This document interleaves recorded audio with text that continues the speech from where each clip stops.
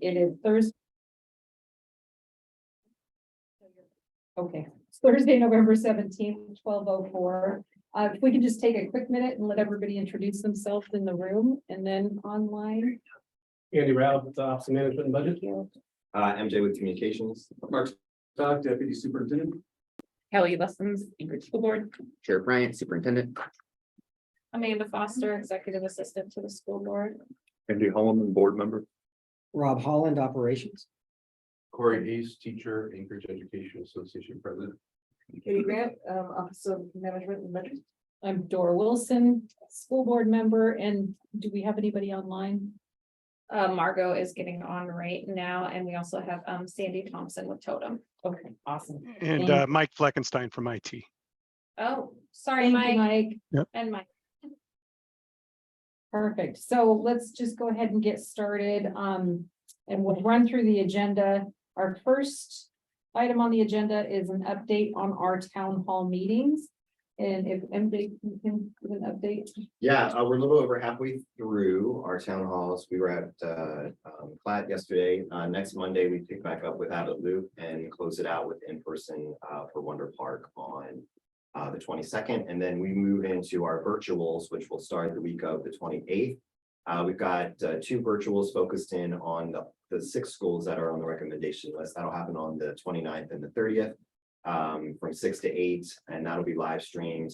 And then on Thursday, December 1st, we have the virtual that we focused on the relocation and repurposing plan with the budget solutions. And so the run of show for the virtuals will be similar to how we're doing the in-persons in terms of presentation. We'll have a short presentation off at the top, and then we'll get into the Q&A. That'll all be led by our consultant, Shannon Bigham. We are doing 6 to 8 for the town halls, just because of how things have been happening. We want to make sure that people have that space and can plan for that space to have that engagement with us. In order for the public to participate in the Q&A portion, we're keeping it consistent with school board public process when it comes to online participation. What we have communicated to our families and staff and the rest of the public is that if you're interested in participating in the Q&A portion, we want you to sign up no later than 5 p.m. The day before. The reason for that is to make sure that we can get those folks access to participating online, as well as translation needs. For those folks that need that additional language support. So that's the update on where we are with town halls. The engagement online has been very popular.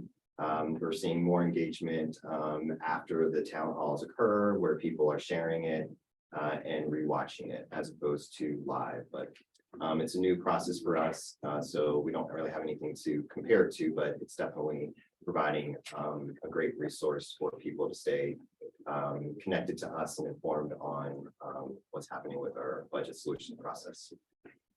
Awesome, thank you. Quick question. Yes. Is it the December 1st also a 6 to 8 p.m.? Yes, yeah, Okay. they'll be on 6 to 8. And I'd like to say, I think they've been handled really well.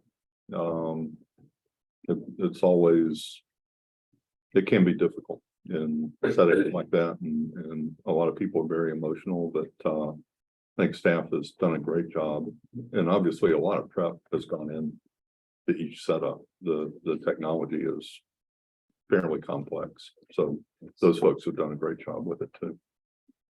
One more question. With this, the December 1st one, with the relocation and repurposing plan, are you as ASD specifically targeting the receiving schools, or doing anything to say, to emphasize that if, I don't know, are we doing anything to promote understanding about their receiving schools, especially if like their boundaries might change?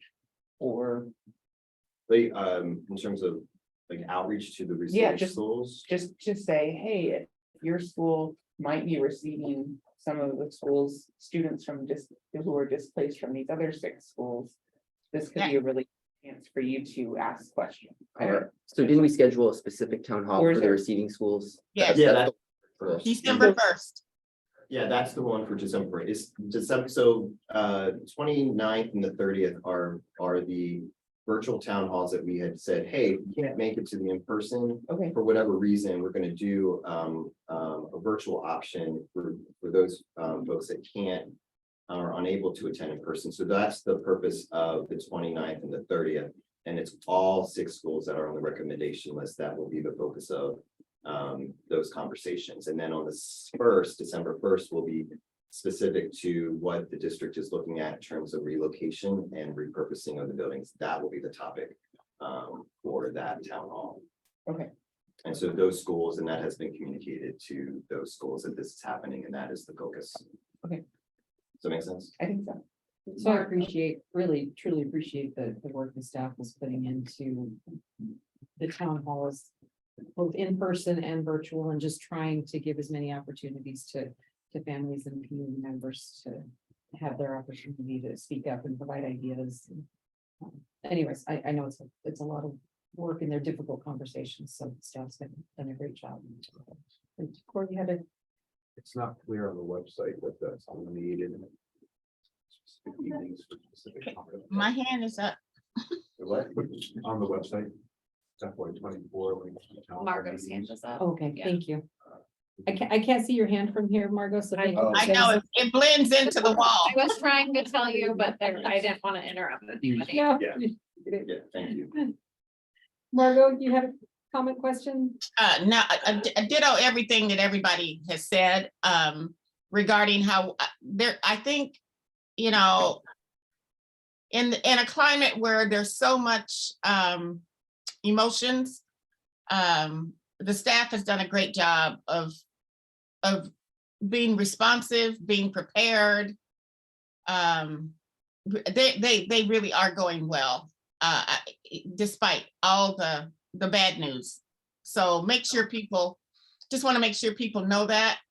And just a suggestion for MJ, if we can somehow split the December 1 meeting from the 29th and the 30th meetings so that it is a standalone on the website, because Yeah. it looks to be, they all look to be the same when but that one on December 1st really is different.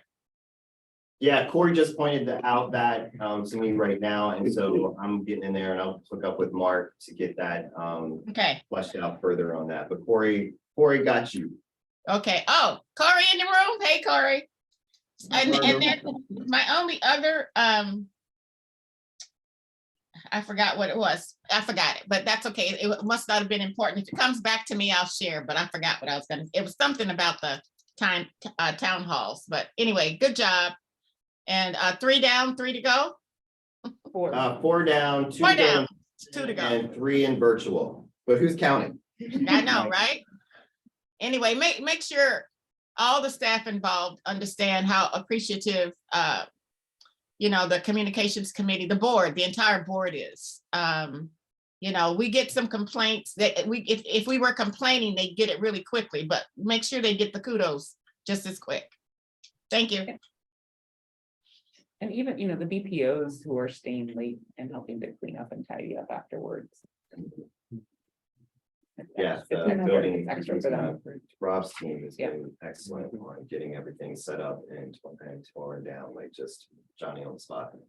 And I think I'm happy if, Madam Chair, if the committee would like to, we could send little thank you notes to, you know, I know the principals, this is outside of their duty. The you know, the support staff, all of our admin people who are involved, we could probably figure out a way to send them a thank you. No, I think that's a great idea. So, second thing on the agenda, if we're all okay moving forward, is an update on budget survey number 2. Yeah, so I'll take this MJ one. gets, Yeah. he must be talking to I'll them. take it. Nope. I'm gonna have Margot on number 3. So survey number 2 is out and Shannon is looking at sunsetting survey number 2, I think on December 1st. So we'll get that clarified and then get that out to our families and staff and the public that's going to be the deadline for budget survey number 2. That has been pushed out on our social channels and also in person during our town halls. So for those that don't know, at our in-person town halls, we have a table set up in multiple languages for folks to take the survey online. But then we also have the old school hard copies as well in different languages.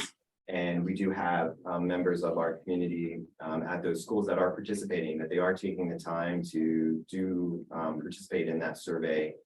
Whether doing it through one of our Chromebooks or they're taking the time and doing it out, writing it out, but we are having that participation as well. And that the strategy there is if they're there, you get a better chance on somebody to engage and take the time to fill it out as opposed to, oh, hey, don't forget to take the survey. So it's definitely been beneficial for gathering additional information for that survey.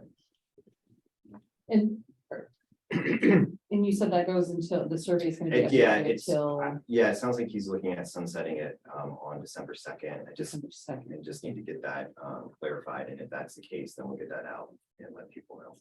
Awesome. So it's not definite, but that's what he's looking at. Okay. Does anybody else have any questions or Margot online? Questions? The updated budget survey? No, not really. I think I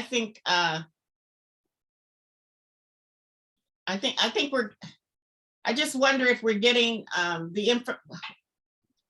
we getting useful information? I guess it's too soon for that question. I know from the first survey, do we know what the rate of return for the second one had? Because we launched the second one already. I'm just wondering if. I don't have, so I'll just use Kelly's wellness survey.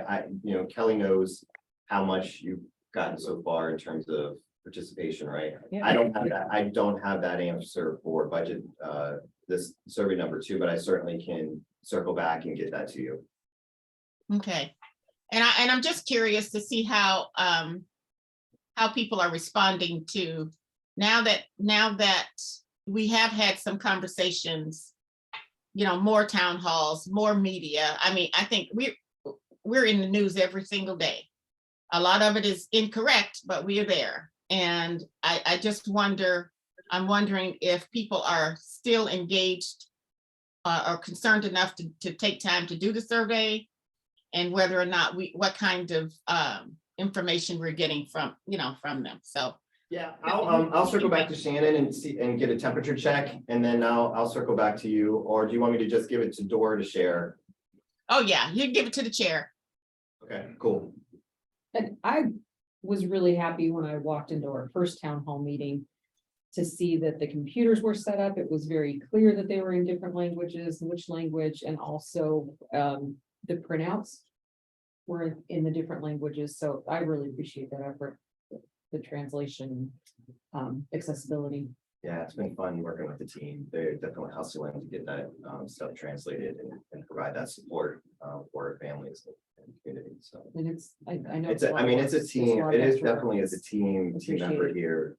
Everybody's chipping in and playing a role to make these things happen. So it's been really cool to watch and do. So. No, that's awesome. So thank you for that.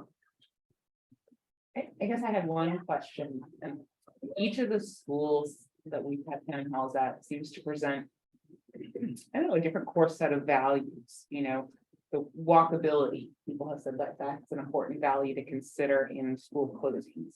And I don't know, because I haven't taken the second budget survey. Is there any way for people to express, like, what are the metrics that the community, Mr. Bingham is coming in with a set of parameters, shaping his suggestions for the schools to repurpose. But do we have a mechanism to include community feedback about is walkability an important consideration, or should that be an important consideration, or other school climate and connectedness. I mean, like, we have a survey about that.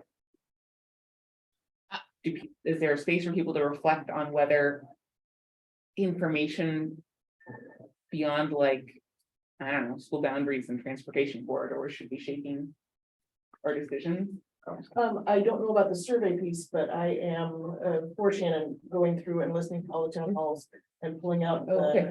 the comments, the. Okay. the- Yeah. The testimony. Okay. So we're capturing, The qualitative. yeah. Okay. But I don't know about the survey. Okay. And Margot has her. Thank you. Margot, yes. Question to member lessons.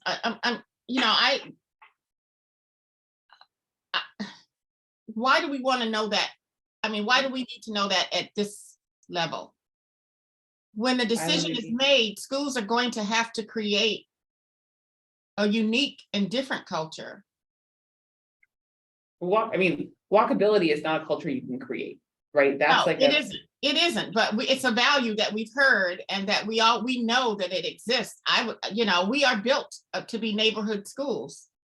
But I don't know how I would factor that into my decision about whether to close the school or not.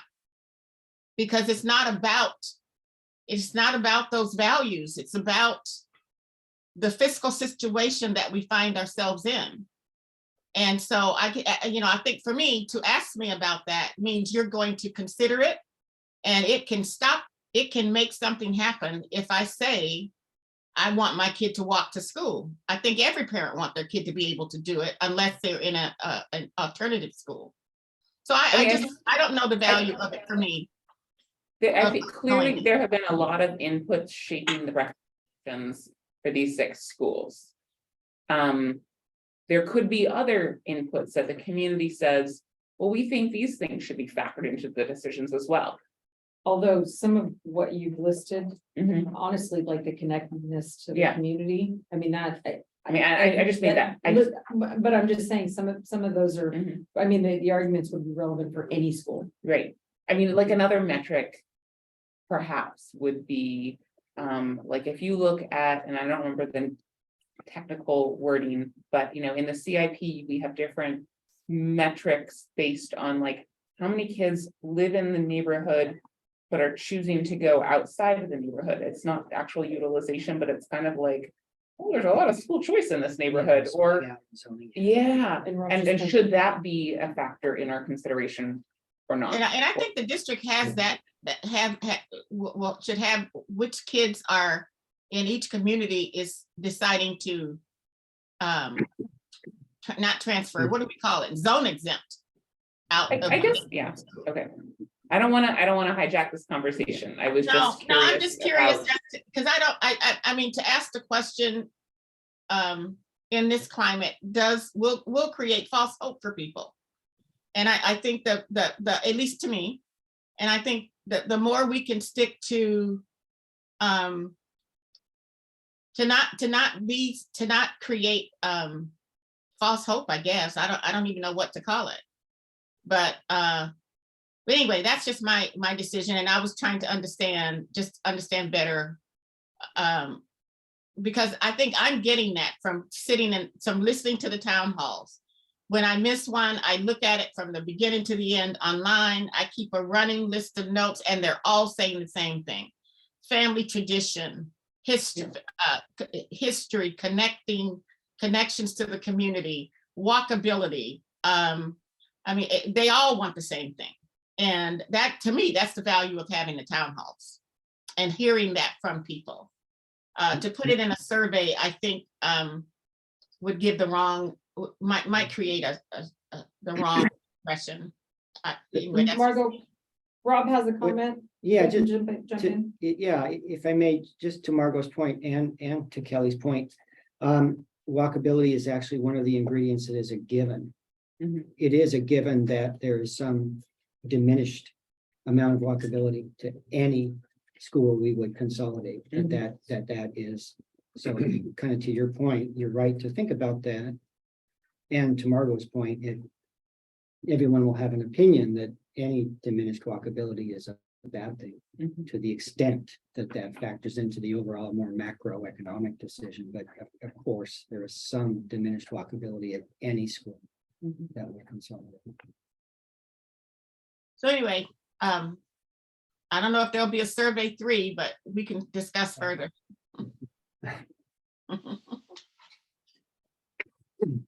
No, so thank you. I appreciate the conversations, so.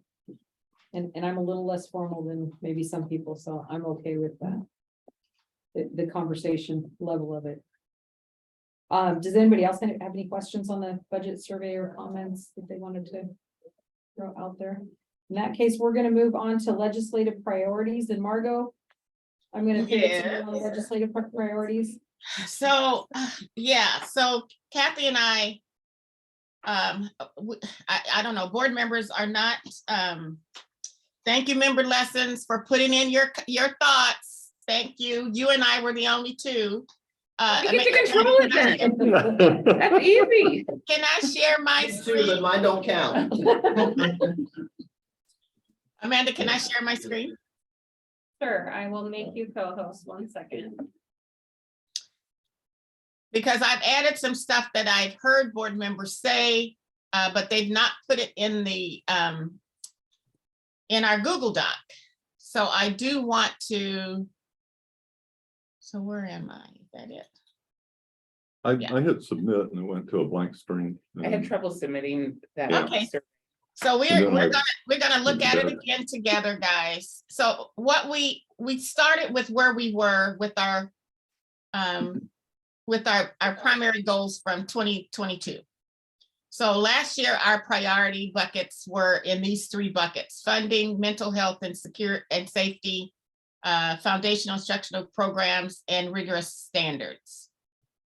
So this year, what we're trying to do, there were 2 actual documents. One wanted you to keep, delete, or modify. Here's the other one. We went through each one of the 2022 legislative priorities. The first one was support foundational instructional programs and rigorous standards to ensure Alaska students' outcomes, prepare them for success in life. Now, with the, so that was one.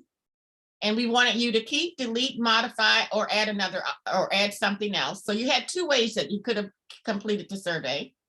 Our second priority, which I'm sure is going to continue, it is every year, was to provide fair, predictable, and proactive funding. The words may change a little bit. And then the third bucket was renew commitment to student wellness, mental health, and safety by aggressively supporting practices that support the whole student. Okay, so those were the 2022 priorities. So moving over to 2023, what has been submitted, and I want your thoughts,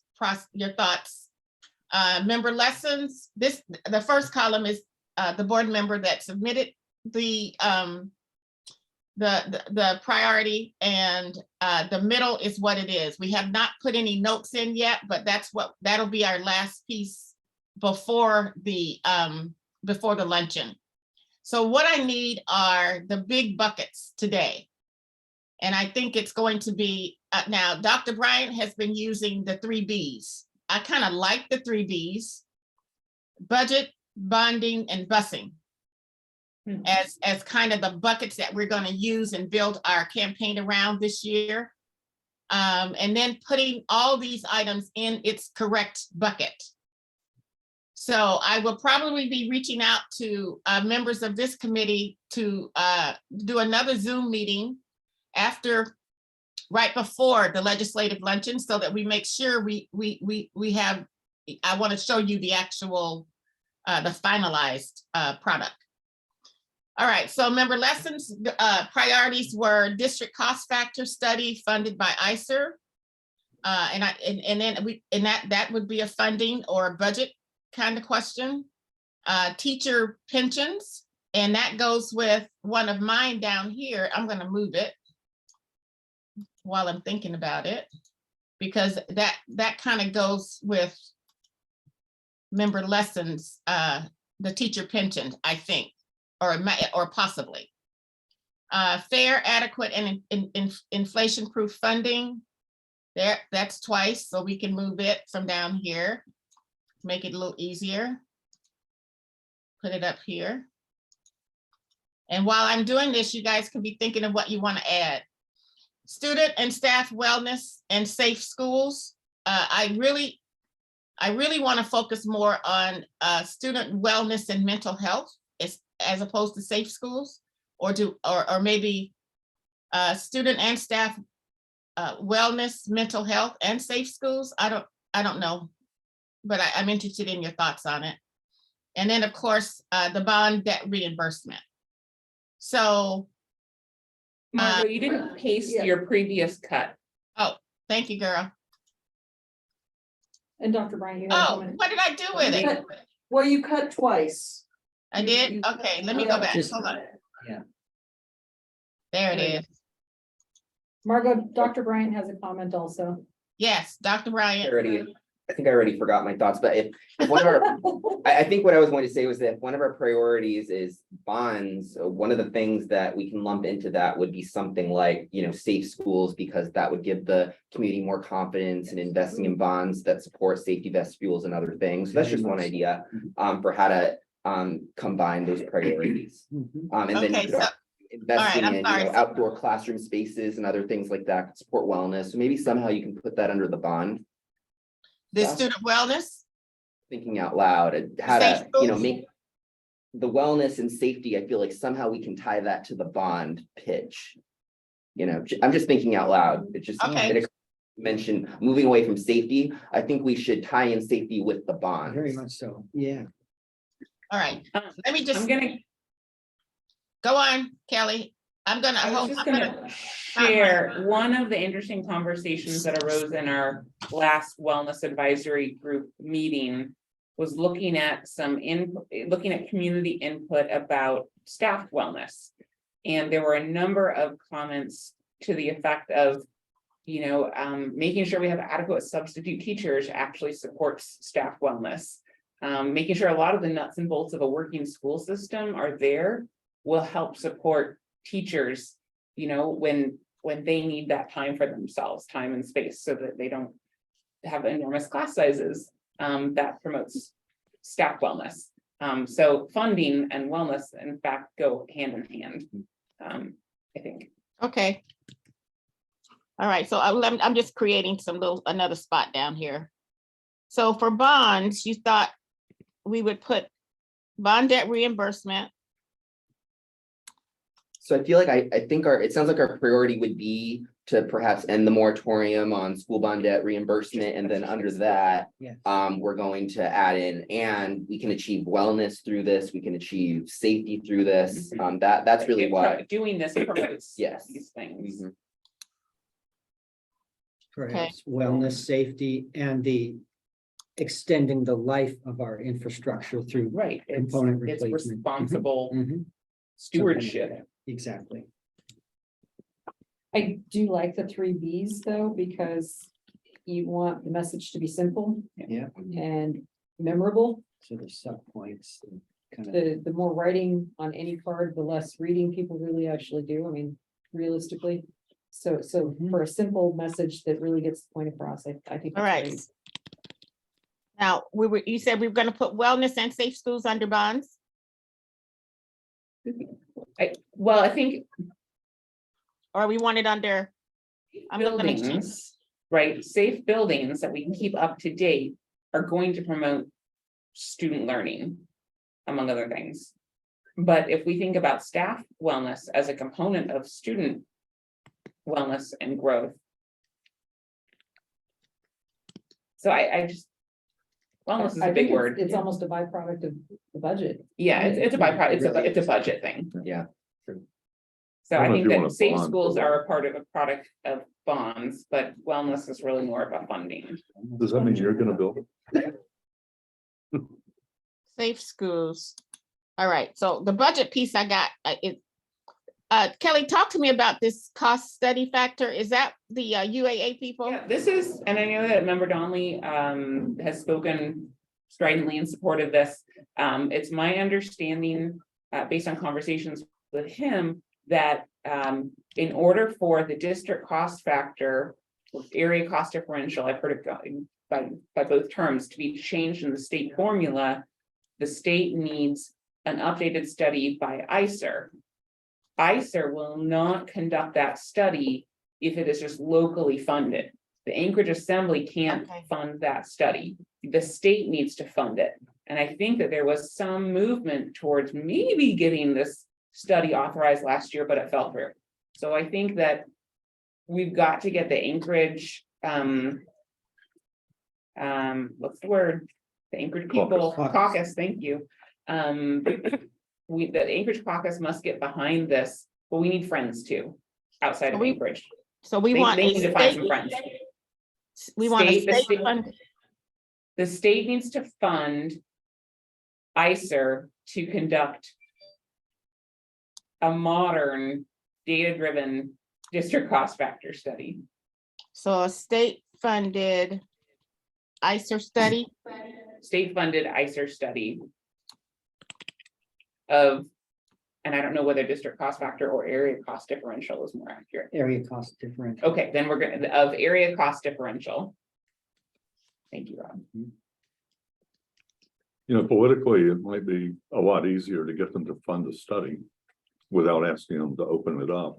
And then once they funded it and studied it, opening it up makes just sort of moving in that direction a little And it's bit. like a, Would you want to call it the district cost factor? Because that's what it's called in the statute. I guess so. So is it the area cost different? I mean, I think of it as the district cost. That's what, I think that's what it's Yeah. called in statute. Yeah, so district But cost it is- factor. Yeah. Either one is like technically probably. Yeah, that correct. would be more consistent with statute. You're right, Andy.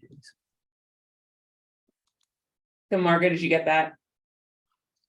No, Instead of, so instead instead of, of area cost differential, we'll call it district cost Mhm. factor.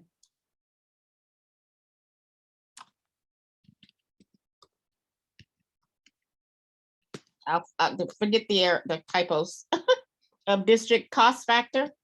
Yes.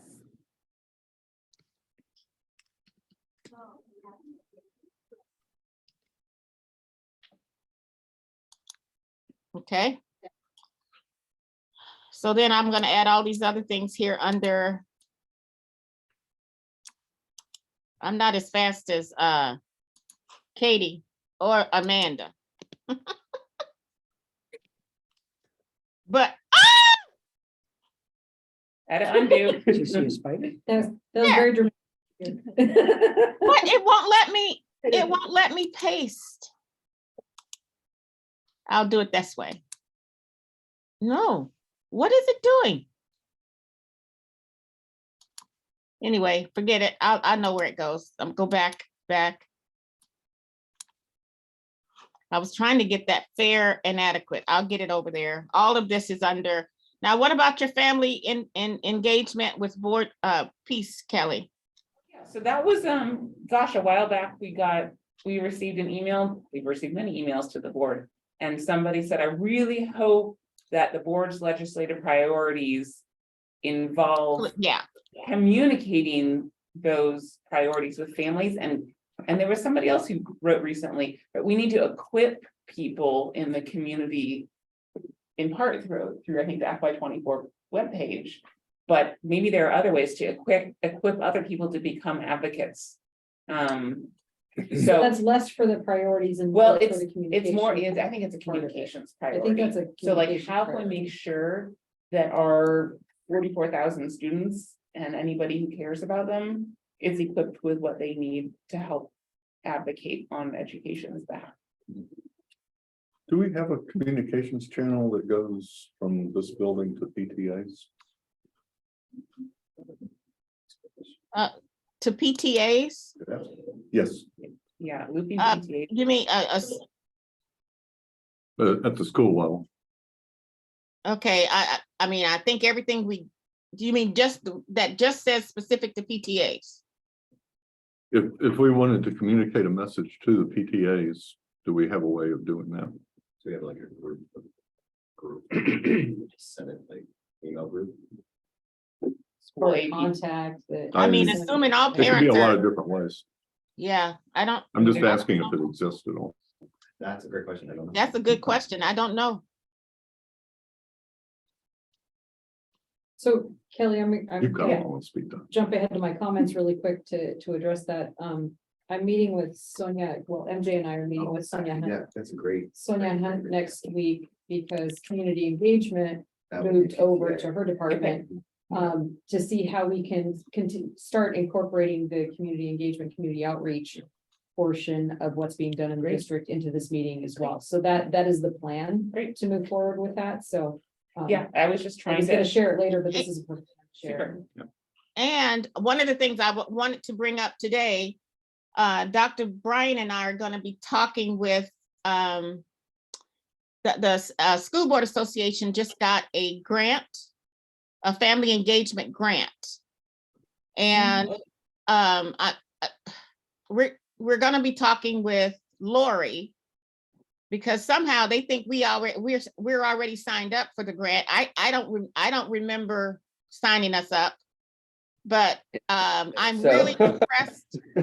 I'm really impressed with the process that they're going to use to create a family engagement model. And so it seems to me like that would be we haven't had the meeting yet, but and I did share a handout with Dr. Bryant that I did pick up at the conference about the family engagement. And so it does need to have a point of contact. And you'll be working we'll be working with other districts around the state to design family engagement strategies that work, that are unique to our needs. So everybody involved will be, doing things to fit their own community. And so with our new organization and the fact that we have a family engagement, I don't know, MJ, if you are able to join us for that call, and I can't remember when it is now. I think it's tomorrow, at 3:00. Tomorrow. So Margot, Yes, if it's okay, I would like to join you for that call. sure. Okay, I think So- Janet set it up, but I'll send the links out. Yeah, could you include me on that link, please? Okay. MJ, Dora. Kelly, did you want to sit in? It's 3:00 tomorrow. That's not gonna Oh, work. you pick up your kids. Okay. Well, we'll get back to you. But anyway, so that I'm not saying it can't be a legislative priority. If we can fit it, maybe it can go under, let's see, budget. This isn't that's not a legislative priority. It's What we did, our priority. okay. It's a ASD. It is one of our priorities. So I'm gonna just move it out of here and put it over here. Yeah, so that's a lot of conversation that MJ and Margot and I have had. Naturally Yeah. flowed. Yeah. That's great. So. it works So, good. we may have an opportunity there, is all I'm saying. And I don't know if Sonia's out of town right now, right? Yes, this week, I believe, and next week. Okay, Or next week. I'm all not right. sure which. But no, I really do think we need to, this has been one of our the board's internal goals, like through this committee. It has been one of our goals. Okay, so Andy, what's missing for you? Whether it's a bond, a busing, or budget? I think that's enough. There's always more, but as I say, the problem with priorities is you can have so many of them. What? I think keeping a fairly short list like this gives us our best chance of having a main impact on the things that really matter. Okay, What's the intent of making busing a legislative priority? Is it to change state statutes so that the National Guard can help out? Well, I was busing could potentially be swapped out with a different B, I believe it was on the legislative priorities about 5 or 6 years ago, and I think the intent was to increase the line item for transportation funding. Okay. Because transportation essentially, fund, as we okay. raise the wages, we Yeah. can't subsidize transportation. Yeah. I'm all in, and I think that busing Yeah. would Catholic translation. Provide the funding. It's still funded from the state, but from a different outside. the Yeah. We And have just not, wages, I was you can tie talking it to in. Jim. Yeah. I was talking to Jim about this and he said that we are running buses with the same amount of money that we got in 2015-16 school year. Yeah, Mhm.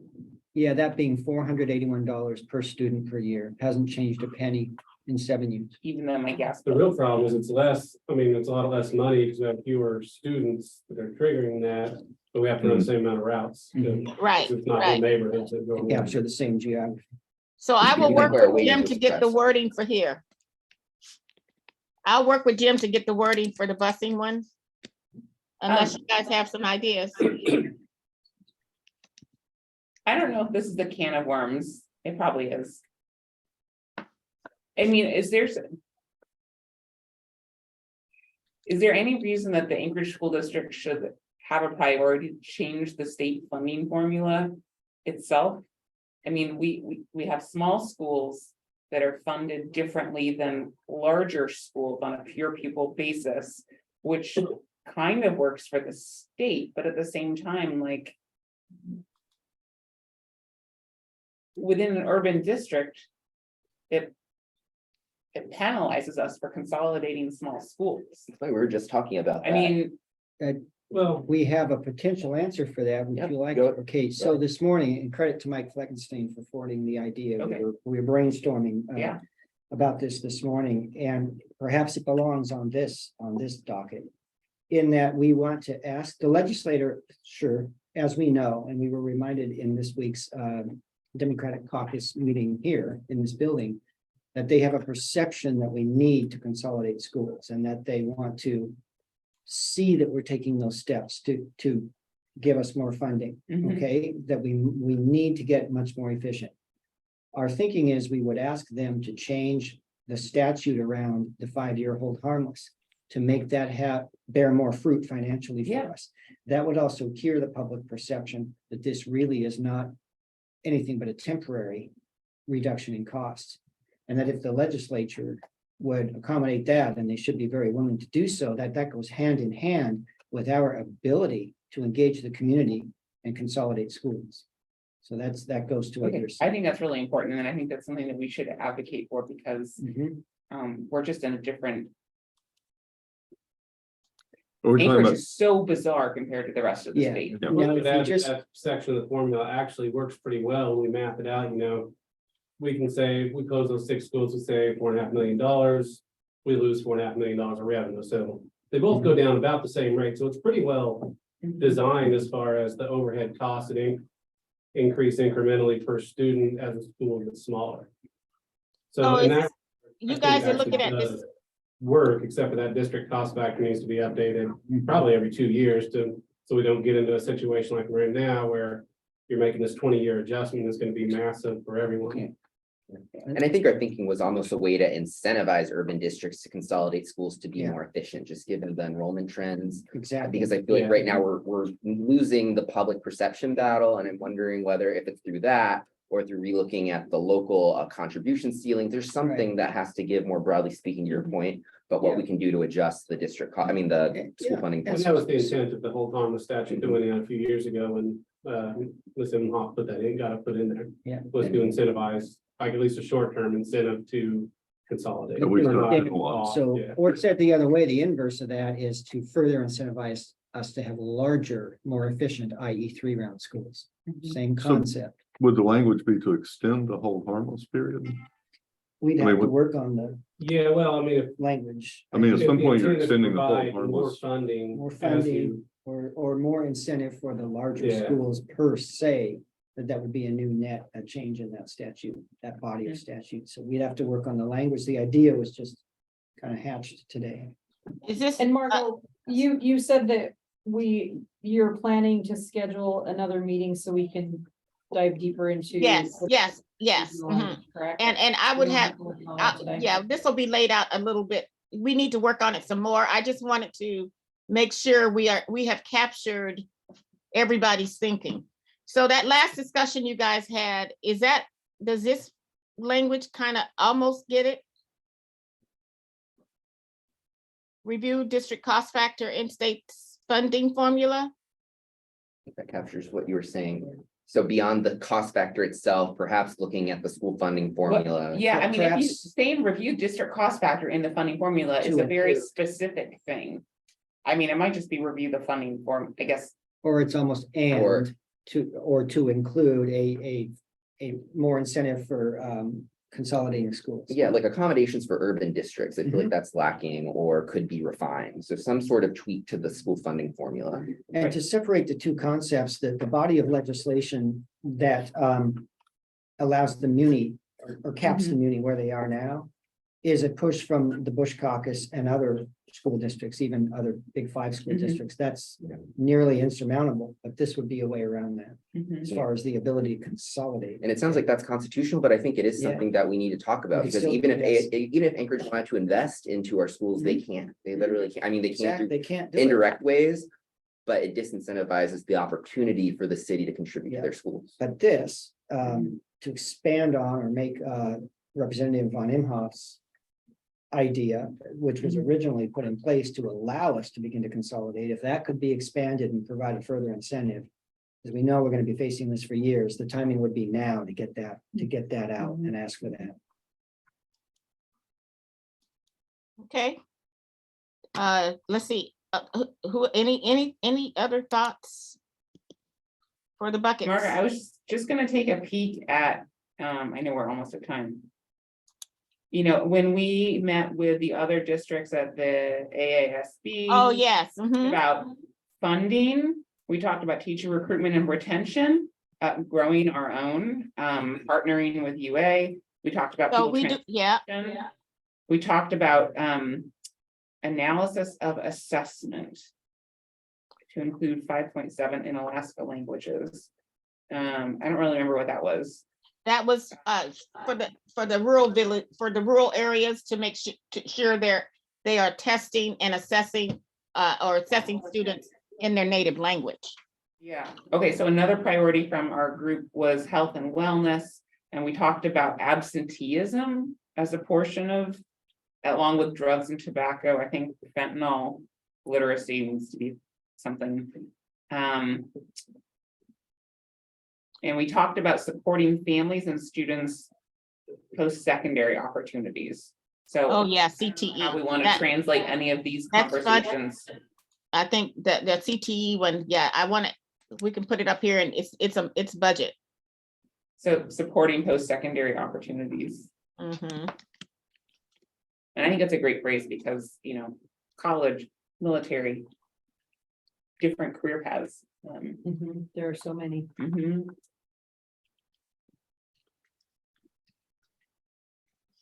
Oh, Margot, you're in. Part of it is my keyboard. The other part is Margot. Supporting SUPP. Yeah.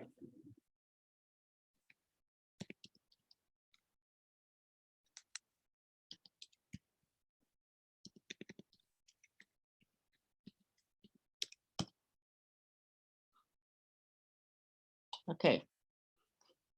All right. Okay. Everybody So, good? Margot, I'm watching the time. It's 12:53. Okay. I'd be done. So perfect timing then. Andy, you. One And if other, anybody, I'm sorry. one other, some people pointed out, we really can't inflation proof the BSA, but we can do an inflation adjustment. Right, two different things, yeah. Yeah, if we say inflation proof, it gives them an out and that they can't do it, but the legislature needs to look at it every year. Thank you. Yeah, that's a good correction. Did To anybody get else? away have- with it for the transportation funding when they inflation proofed that for like 3 or 4 years, a while back. leading up to like 2016. when they stopped doing it. And then they got. And then they stop. Say for what they had done. Did they do it every year or did they do it in one Yeah, year? like 3 years of like inflation proofing, Yeah. tied to like inflation. Kind of wish it would be a habit. Did